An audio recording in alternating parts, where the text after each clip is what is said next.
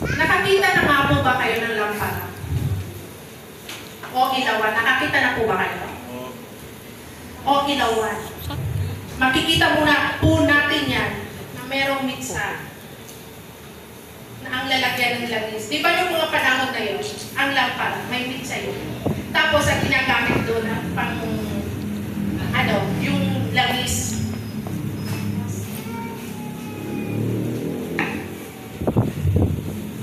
Magagamit po ba ito kapag ito'y may laman o walang laman ng langis o gas? Ang isang ilawan. Sa tingin niyo po, magagamit pa po natin yun. Kung may walang langis o walang gas. Hindi. Diba? Hindi po. Siyempre po, hindi. Kailangan po laging may laman na langis o gas ang lalagyan. O ang isang lalagyan. Paano tayo magiging ilaw ng sanlibutan?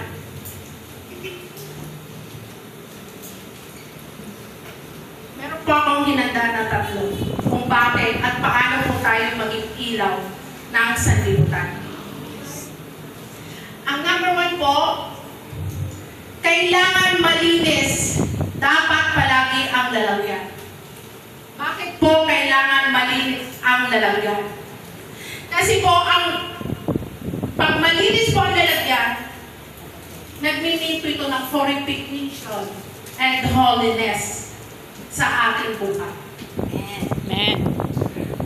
Kung bakit po, kailangan natin maging malinis sa harapan ng Diyos at sa harapan ng ating kapwa. Para masunod natin ang kagustuhan ng ating Panginoon Diyos na maging holy tayo. Para ma-purify tayo, ma-purify yung heart natin. Di ba po kailangan natin unahin linisin ang ating puso? Amen. Dahil ang puso natin ang nagsasabi kung ano ang dapat natin gagawin. Dahil kung ang puso natin marumi at ang puso natin ay puno ng galit, kung ang puso natin hindi marunong magpatawad, hindi tayo mapupurify at hindi tayo magiging holy. Kaya kailangan po natin linisin ang ating puso. Dahil ang puso natin ay simbolo ng pagmamahal. Amen. Dito natin nakikita. Dito natin nararamdaman ang pagmamahal natin sa ating kapwa. Sa ating magulang, sa ating anak, kapatid, asawa, kaibigan, kapitbahay. Kaya kailangan natin linisin ang ating mga puso. Para maging holy tayo. At maging simbolo tayo sa ating magulang, sa ating kapatid, sa ating kapwa, sa ating Diyos. Yun ang pinaka number 1 sa ating Diyos.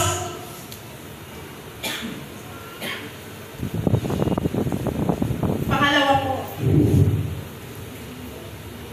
kailangan dapat palaging may laman ng langis ang lalagyan ng ilawan.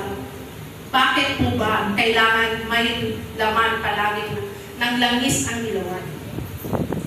Dahil ang langis po ay symbolize the Holy Spirit. At fruit of the Holy Spirit, nagsisimbolo po siya ng Holy Spirit ang langis. Kaya nga po, di ba, pag si Pastora nagpipray po sa atin, ginagamit niya ang langis for anointing sa tao na yun. Dahil ang langis ay simbolo ng Holy Spirit.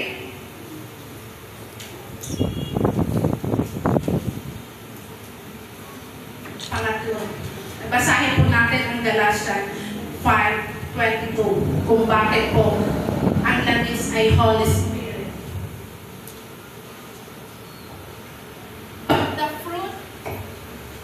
But the fruit of the Spirit, love, joy, peace, forbearance, kindness, goodness, and faithfulness. Yan po. Dito po sa Galatians 5:22, sinasabi po na ang fruit ng Spirit ay pagmamahal, Amen. kasayahan, kapayapaan, Tsagaan. pagtsatsaga, kabaitan, kabutihan, katapatan. Amen. Alam mo, napakaganda ng Galatia 5:22. Dahil pinapakita dito ang pagmamahal, kasayahan, lahat na dito. Ang pagtsatsaga at kabutihan, at katapatan ng ating mga puso. Katulad nga po sabi kanina ni Ate Rafael, nagtsaga siya sa pambababae ng kanyang asawa. Dahil may purpose ang Lord. Ang lahat ng nangyayari sa ating buhay may purpose yun. Araw-araw may panibago tayong pagsubok na pinagdadaanan. Araw-araw, laging may nangyayari maganda, masama, masaya, pagpapala, walang pagpapala.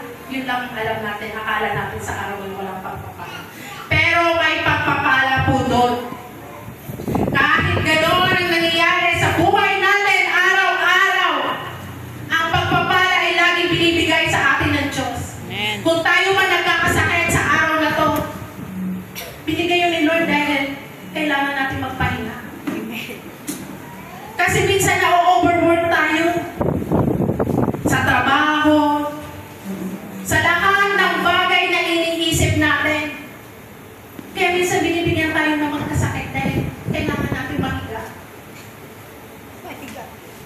Kailangan natin ipagpahinga ang physical natin katawan. Pero ang spiritual natin katawan, ang spiritual natin hindi nagpapahinga. Kailangan natin yung bubusugin. I-repeat natin ang buhay sa lahat. Sa bawat araw na pagsubok natin, kailangan natin manalangin. Kailangan natin magbasa ng Biblia dahil to refill ourselves. Amen. Amen. Kasi, bakit? Kailangan natin magbasa, kailangan natin manalangin araw-araw. Oras-oras, magpasalamat, manalangin lahat, magbasa ng Bible. Dahil, sa bawat pagsubok natin, pinagdadaanan araw-araw, oras-oras. Siya lang ang mag-repeat. Siya lang ang magbibigay sa atin ng strength, ang kalakasan sa ating buhay, kundi ang salita ng Diyos. Walang iba, hindi salita ng tao, kundi ang salita ng Diyos. Ang mag-repeat, magbibigay ng kalakasan sa atin, ng strength. Hindi yung sabi ng kapitbahay natin, sabi ng anak natin, sabi ng kapatid natin, sabi ng magulang natin, hindi.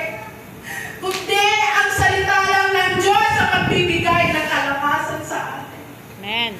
Para harapin natin ang lahat ng pagsubok sa buhay.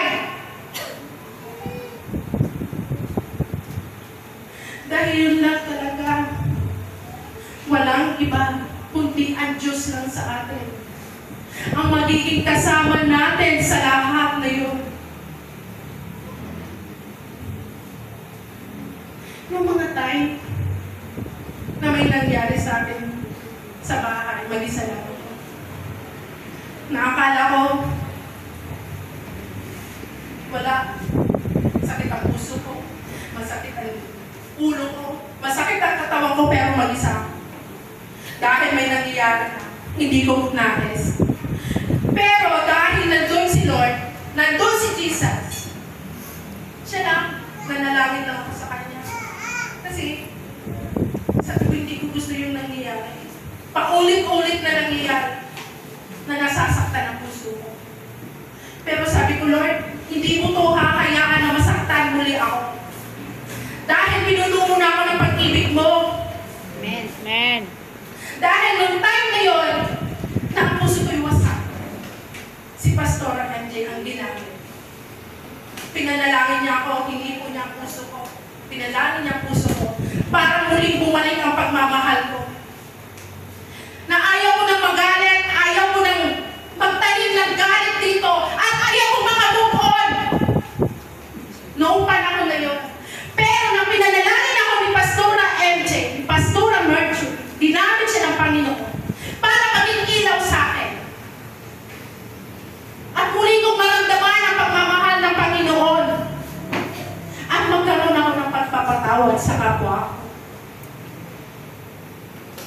Di ba ang pagpapatawad napakahirap gawin? Pero kailangan natin gawin magpatawad. Katulad ng asawa ko, grabe ginawa sa akin. Pero sa ngayon, pinatawad ko siya. Dahil kailangan kong mapatawad para makilala ko ang sarili ko at muli kong mahalin ang sarili ko. Dahil kung hindi ako magpapatawad, hindi ako muling magmamahal sa aking kapwa, sa aking anak, sa mga taong nakapaligid sa akin. Kaya kailangan natin patawarin ang lahat ng taong nakabigay ng sakit sa atin. Amen. Kailangan natin mag-moving on. Amen. Moving forward. Huwag tayong manatili sa mga nakaraan. Sabi nga, don't look at back. Yes. Kasi pag nag-look at back tayo, wala, hindi natin makikita yung ilaw na pinapakita sa atin ng Panginoon. Dahil binalikan natin yung ating pangit na nakaraan na naranasan sa buhay natin. Kailangan natin looking forward for God. Dahil si God ang kasama natin pag tayo naglalakbay sa kaliwanagan. At sa mga tao binibigay sa atin para maging ilaw sila sa atin. Katulad ng ating pastor, ng ating pastora. Ginamit sila sa atin para maging ilaw. Dahil kung wala sila, hindi rin tayo magkakaroon ng ilaw sa kabila ng darkness ng buhay natin. Kaya nga kanina, nung nag-testimony si Sis Jenny, kasi ang topic ko is ilaw, light of this world. Sila, Pastor Henry, Pastora Marjorie, Pastor Raul, ginagamit sila sa atin para maging ilaw at makilala natin ang ating Panginoon Diyos, Jesu Cristo. Amen. Dahil nung mga time, pag tayo nasa kadiliman, may tao binibigay sa atin para gamitin, para ibahagi sa atin ang kaliwanagan ng buhay na kasama ang Diyos. Kaya salamat sa aking Diyos. Salamat Jesus Christ dahil binibigyan mo kami ng mga taong ganito. Dahil sa Christ Field Ministry, nagkakaroon ng ilaw ang bawat isa dahil araw-araw may pinagdadaanan ng pagsubok. Minsan, nasasaktan tayo din sa gawa ng ating mga anak, gawa ng asawa, gawa ng magulang. Pero, kailangan natin umilaw dahil may ginagamit ng Diyos sa atin para magkaroon tayo ng ilaw sa sanlibutan. Huwag tayong manatili